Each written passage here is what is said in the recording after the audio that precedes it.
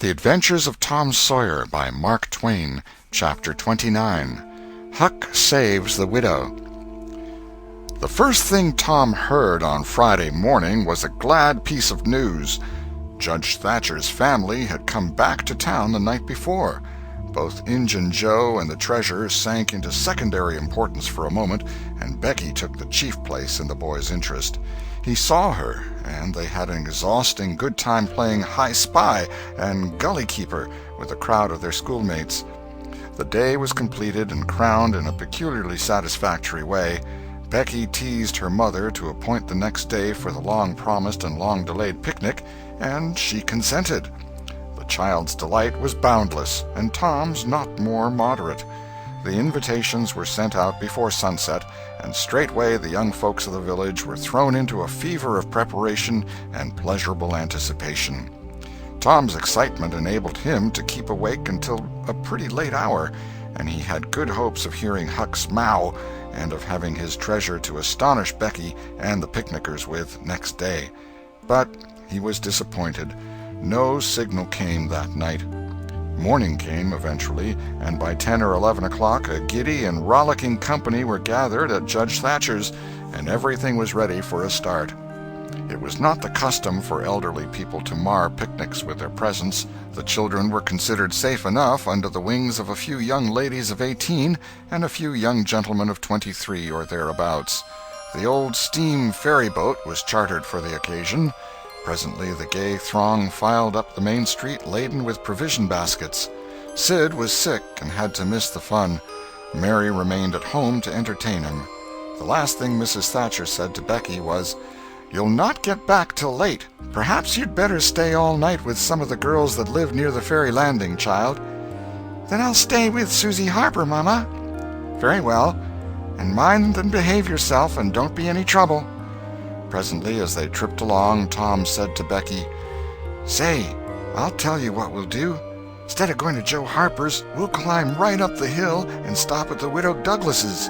She'll have ice cream. She has it most every day. Dead loads of it. And she'll be awful glad to have us." "Oh, that will be fun." Then Becky reflected a moment and said, "But what will Mama say?" "Well, how she'll ever know." The girl turned the idea over in her mind and said reluctantly, "I reckon it's wrong, but—" "But shucks, your mother won't know, and so what's the harm? All she wants is that you'll be safe, and I bet you she'd have said go there if she'd have thought about it. I know she would." The Widow Douglas's splendid hospitality was a tempting bait. It and Tom's persuasions presently carried the day, so it was decided to say nothing to anybody about the night's program. Presently it occurred to Tom that maybe Huck might come in this very night and give the signal. The thought took a deal of the spirit out of his anticipation. Still, he could not bear to give up the fun at Widow Douglas's, and why should he give it up, he reasoned.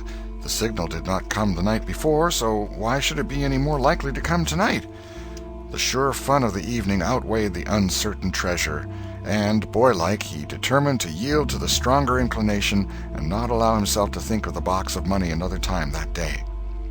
3 miles below town the ferry-boat stopped at the mouth of the woody hollow and tied up. The crowd swarmed ashore, and soon the forest distances and craggy heights echoed far and near with shoutings and laughter. All the different ways of getting hot and tired were gone through with, and by the rovers straggled back to camp, fortified with responsible appetites, and then the destruction of the good things began. After the feast there was a refreshing season of rest and chat in the shade of spreading oaks. By and by somebody shouted, "Who's ready for the cave?" Everybody was. Bundles of candles were procured, and straightway there was a general scamper up the hill. The mouth of the cave was up the hillside, an opening shaped like a letter A. Its massive oaken door stood unbarred. Within was a small chamber, chilly as an ice-house, and walled by nature with solid limestone that was dewy with a cold sweat. It was romantic and mysterious to stand here in the deep gloom and look out upon the green valley shining in the sun. But the impressiveness of the situation quickly wore off, and the romping began again. The moment a candle was lighted there was a general rush upon the owner of it. A struggle and a gallant defense followed, but the candle was soon knocked down or blown out, and then there was a glad clamor of laughter and a new chase.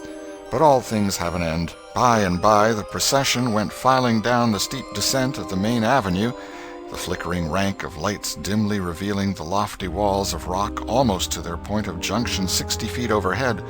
This main avenue was not more than 8 or 10 feet wide. Every few steps other lofty and still narrower crevices branched from it on either hand, for McDougal's cave was but a vast labyrinth of crooked aisles that ran into each other and out again and led nowhere. It was said that one might wander days and nights together through its intricate tangle of rifts and chasms and never find the end of the cave, and that he might go down and still down into the earth, and it was just the same, labyrinth underneath labyrinth, and no end to any of them. No man knew the cave. That was an impossible thing. Most of the young men knew a portion of it, and it was not customary to venture much beyond this known portion. Tom Sawyer knew as much of the cave as anyone. The procession moved along the main avenue some 3/4 of a mile, then groups and couples began to slip aside into branch avenues, fly along the dismal corridors, and take each other by surprise at points where the corridors joined again. Parties were able to elude each other for the space of half an hour without going beyond the known ground. By and by, one group after another came straggling back to the mouth of the cave, panting, hilarious, smeared from head to foot with tallow drippings, daubed with clay, and entirely delighted with the success of the day. Then they were astonished to find that they had been taking no note of time, and that night was about at hand. The clanging bell had been calling for half an hour. However, this sort of close to the day's adventures was romantic and therefore satisfactory. When the ferry-boat with her wild freight pushed into the stream, nobody cared sixpence for the wasted time but the captain of the craft. Huck was already upon his watch when the ferry-boat's lights went glinting past the wharf. He heard no noise on board, for the young people were as subdued and still as people usually are who are nearly tired to death. He wondered what boat it was, and why she did not stop at the wharf, and then he dropped her out of his mind and put his attention upon his business. The night was growing cloudy and dark. 10 o'clock came, and the noise of vehicles ceased. Scattered lights began to wink out. All straggling foot-passengers disappeared. The village betook itself to its slumbers and left the small watcher alone with the silence and the ghosts. 11 o'clock came, and the tavern lights were put out. Darkness everywhere now. Huck waited what seemed a weary long time, but nothing happened. His faith was weakening. Was there any use? Was there really any use? Why not give it up and turn in? A noise fell upon his ear. He was all attention in an instant. The alley door closed softly. He sprang to the corner of the brick store. The next moment 2 men brushed by him, and one seemed to have something under his arm. It must be that box. So they were going to remove the treasurer. Why call Tom now? It would be absurd. The men would get away with the box and never be found again. No, he would stick to their wake and follow them. He would trust to the darkness for security from discovery. So, communing with himself, Huck stepped out and glided along behind the men, cat-like, with bare feet, allowing them to keep just far enough ahead not to be invisible. They moved up the river street 3 blocks, then turned to the left up a cross street. They went straight ahead, then, until they came to the path that led up Cardiff Hill. This they took. They passed by the old Welshman's house, halfway up the hill, without hesitating, and still climbed upward. Good, thought Huck, they will bury it in the old quarry. But they never stopped at the quarry. They passed on, up the summit. They plunged into the narrow path between the tall sumac bushes, and were at once hidden in the gloom. Huck closed up and shortened his distance now, for they would never be able to see him. He trotted along a while, then slackened his pace, fearing he was gaining too fast, moved on a piece, then stopped altogether, listened. No sound. None, save that he seemed to hear the beating of his own heart. The hooting of an owl came from over the hill. Ominous sound. But no footsteps. Heavens, was everything lost? He was about to spring with winged feet when a man cleared his throat not 4 feet from him. Huck's heart shot into his throat, but he swallowed it again, and then he stood there, shaking as if a dozen agues had taken charge of him at once, and so weak that he thought he must surely fall to the ground. He knew where he was. He knew he was within 5 steps of the stile leading into Widow Douglas's grounds. Very well, he thought, Let them bury it there. It won't be hard to find. Now there was a voice, a very low voice, Injun Joe's. Damn her. Maybe she's got company. There's lights, late as it is. I can't see any. This was that stranger's voice, the stranger of the haunted house. A deadly chill went to Huck's heart. This, then, was the revenge job. His thought was to fly. Then he remembered that the widow Douglas had been kind to him more than once, and maybe these men were going to murder her. He wished he dared venture to warn her, but he knew he didn't dare. They might come and catch him. He thought all this and more in the moment that lapsed between the stranger's remark and Injun Joe's next, which was, "Because the bush is in your way. Now this way. Now you see, don't you?" "Yes. Well, there is company there, I reckon. Better give it up." "Give it up? And I just leaving this country forever? Give it up and maybe never have another chance? I tell you again, as I've told you before, I don't care for her swag. You may have it. But her husband was rough on me. Many times he was rough on me. And mainly he was the justice of the peace that jugged me for a vagrant. And that ain't all. It ain't a millionth part of it. He had me horsewhipped. Horsewhipped in front of the jail like a nigger, with all the town looking on. Horsewhipped, do you understand? He took advantage of me and died, but I'll take it out of her." "Oh, don't kill her. Don't do that." "Kill? Who said anything about killing? I would kill him if he were here, but not her. When you want to get revenge on a woman, you don't kill her. Bosh, you go for her looks.